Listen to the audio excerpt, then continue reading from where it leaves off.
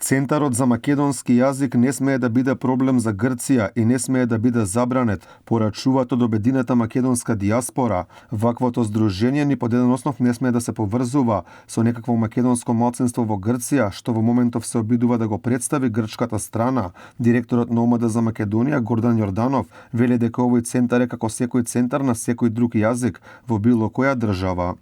Грција и Македонија како држава мора да направат дистинкција на тоа што значи Центар за македонски јазик и борење за права на малцинствата во Република Грција. Овој Центар за македонски јазик мора да се знае дека е ист таков центар како сите други центри за странски јазици и исто така како што ги има во нашата држава. Така да овој центар мислам дека не представува никакви закани спрема Грчката република. Според Јорданов, проблемот треба да се баре и кај македонските власти, кои немаат баш слух за барањата на македонците, не само од Грција, туку и за другите во дијаспората, пред се во соседството. Вели дека проблем се грчките власти кои никако не смеат да го користат Преспанскиот договор во случајот со Центарот за македонски јазик.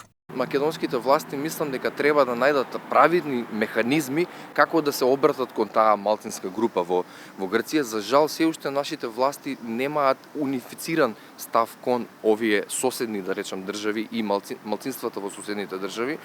Се распрчкани во повеќе институции и така натаму, но грчките власти немаат право да го користат Преспанскиот договор во било каква ситуација со отварање на овој Центар за македонски јазик.